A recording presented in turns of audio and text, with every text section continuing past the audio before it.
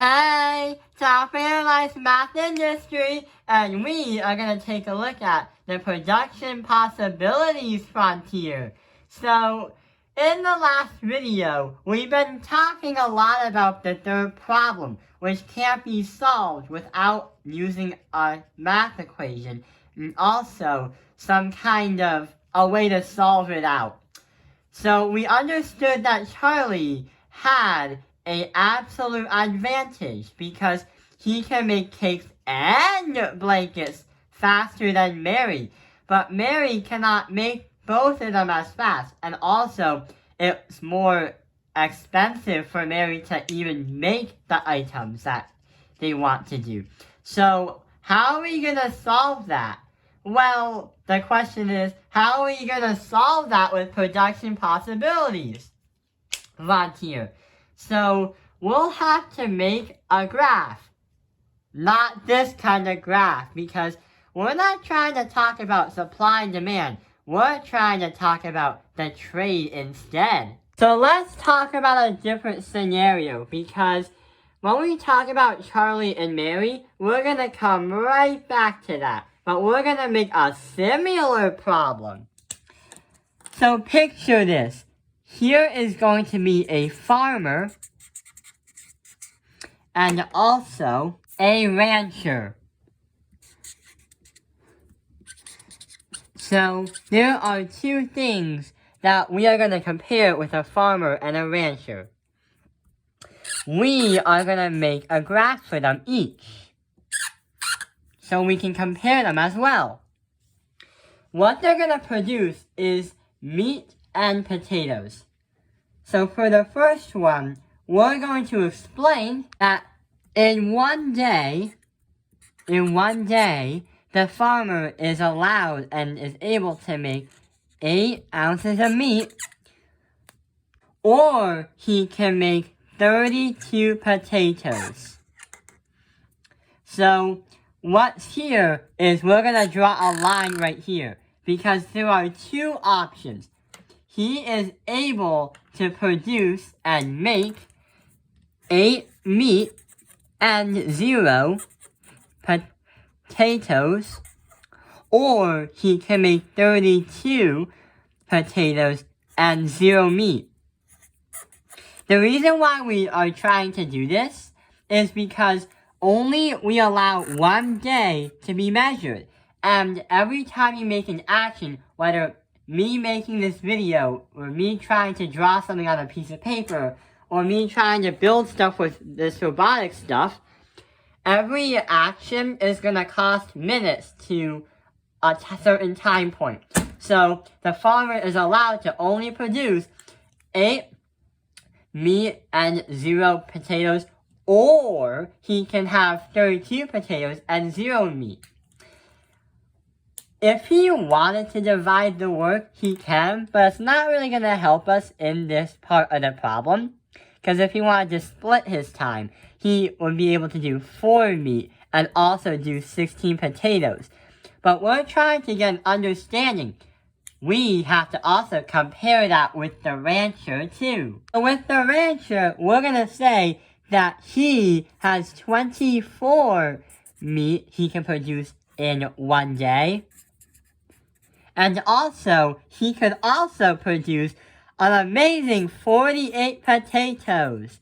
And we're going to draw that line right there. The line that's in the middle between the two is called a production possibilities frontier, because there's a possibility that, for example, the farmer can make one or the other, or he can split up the work and produce half and half, because the time limit is 1 day. So there are possibilities for this to work out. So going back to the rancher, if we wanted to explain a little bit more of this, we can say if he wanted to split things in half, it would be 12 meat and also 24 potatoes. So we can understand that the rancher is going to have an absolute advantage, because he is allowed to produce things and sell them at a cheaper produce things at a cheaper price and also sell them and make them faster too. Faster production. Possibilities. He can make 24 meat and 0 potatoes. Or the other option is he can make 48 potatoes and 0 meat. So those are two possibilities if we did one or the other. We have two comparisons. So now what we're trying to solve out is, should the farmer make meat or should he make potatoes? If the rancher makes meat or makes potatoes. So we're trying to find out which one will be a best fit for them to work on and to specialize. We're trying to calculate by who can produce things at a lower cost. And that is going to affect the supply. You have more supply and your business is going to run better if you can make the product at a cheaper price or at a cheaper cost. But the problem is, about this, you are not allowed to trade.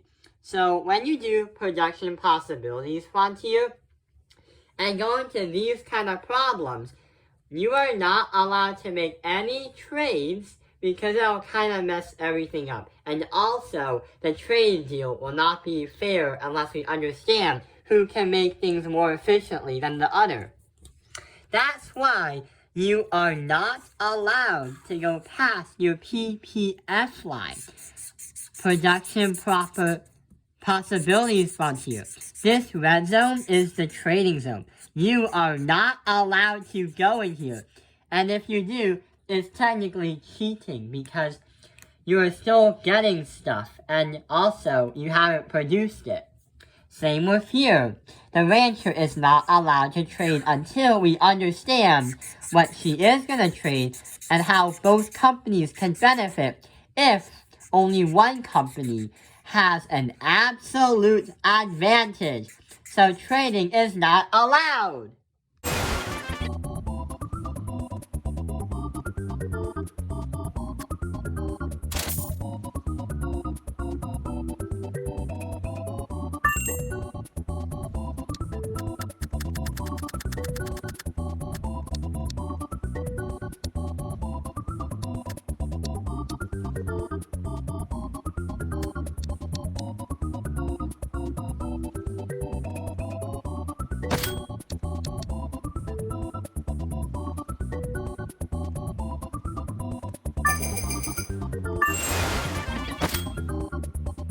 So now we understand the game rules. No trading, but only find out who can produce at a lower cost. You see the statistics here? The farmer can make these two possibilities, but also make these two possibilities. Well, instead of talking about absolute advantage, there's going to be another definition that we're going to look at. It's called comparative advantage.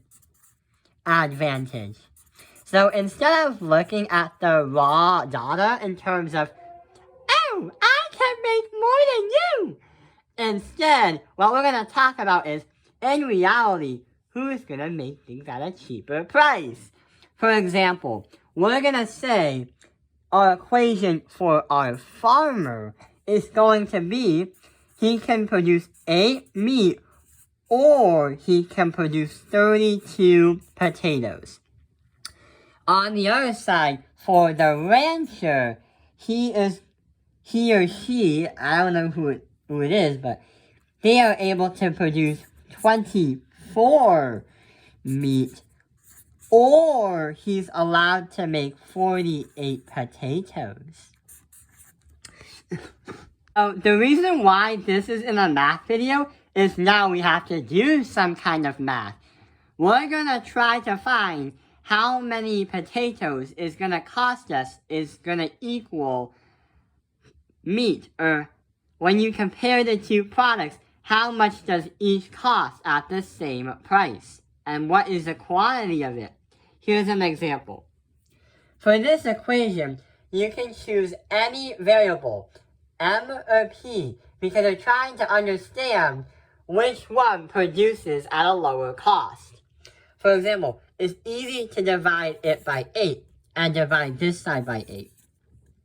Now you're able to get M alone. So 1 meat, or we're going to say 4 potatoes. So in reality, the farmer is going to have 1 meat for every 4 potatoes he makes that's going to equal the same cost. For the rancher, we're going to divide by 24 because it's a lot easier. It doesn't really matter what number you divide because it's still going to be the same comparable idea. So in this case scenario, we're going to say 1 meat is going to be equal to the price of 2 potatoes.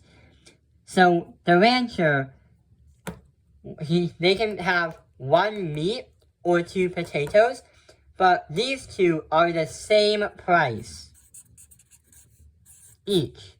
Same with this. So for the farmer, 1 meat is going to equal the price of every 4 potatoes. For the rancher, 1 meat is going to equal the price of every 2 potatoes. So now we have to make a decision. What is the farmer going to make? And what is the rancher going to make? Well, we can understand that the rancher is able to produce meat at a lower cost. So we're going to say meat for the rancher. And also for the farmer can make potatoes because that is the only thing left. Potatoes. So the reason why the farmer is going to produce potatoes is because meat isn't an option because it's more expensive for him. So now, since the rancher now makes meat and specializes it, and the farmer specializes in potatoes, now we break in the rule of trading. We are now allowed to trade because possibly the farmer is going to trade to the rancher the potatoes, and the meat is going to be transferred to the farmer. So now the trade is now a fair deal. Well, almost. You can't have a perfect trade, but now we understand what the trades are. So now these graphs about not being able to trade, since we already know what we're trading and how we can make it a perfect trade deal or close to one, these graphs now self-destruct.